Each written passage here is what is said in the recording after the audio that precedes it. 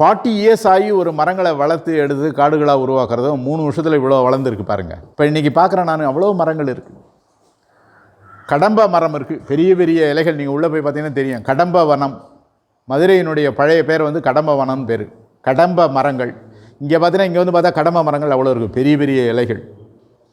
கடம்ப மரங்கள் அதிகமாக இருந்ததால் தான் மதுரைக்கு வந்து கடம்ப வனம் என்று பெயர். அதே மாதிரி புன்னை மரம் அதில் இருக்குது. புன்னை மரம் யார்? மகாவிஷ்ணு அவர்கள் கிருஷ்ண பரமாத்மா வந்து ராதையோடு ஓடி விளையாடிய மரம் அது. அந்த மரம் புன்னை மரம் அதில் இருக்குது. அதே மாதிரி வந்து இன்னொரு மரம் வந்து பார்த்திங்கன்னா ஒரு வெளிநாட்டு மரம், தி பேரடைஸ் ட்ரீ என்று பெயர். அது வந்து பார்த்திங்கன்னா நம்முடைய அந்த புற்றுநோயை தடுக்கக்கூடிய ஆற்றல் உடைய ஒரு மரம். அது தங்கன்னா ஆத்தின்னு ஒரு மரம் இருக்குது. ஆங்கிலத்தில் அதனுடைய பெயர் வந்து கேமல் ஃபுட் ட்ரீன்னு பேர். அதனுடைய இலைகளை பார்த்தா நீங்கள் ஒட்டக கால் மாதிரியே இருக்கும். அவங்க அந்த ஆத்தி மரத்தினுடைய அழகான பூவில் அதுவும் ஒன்று. உலகத்தில் இருக்கக்கூடிய 10 அழகான பூவை சொல்ல சொன்னீங்கன்னா அது ஒரு மரம். அந்த மரத்தை, அந்த பூவை பார்த்து அழகில் மயங்கி தான் ஔவையார் வந்து அதுக்கு வந்து என்ன பெயர் வச்சாங்க?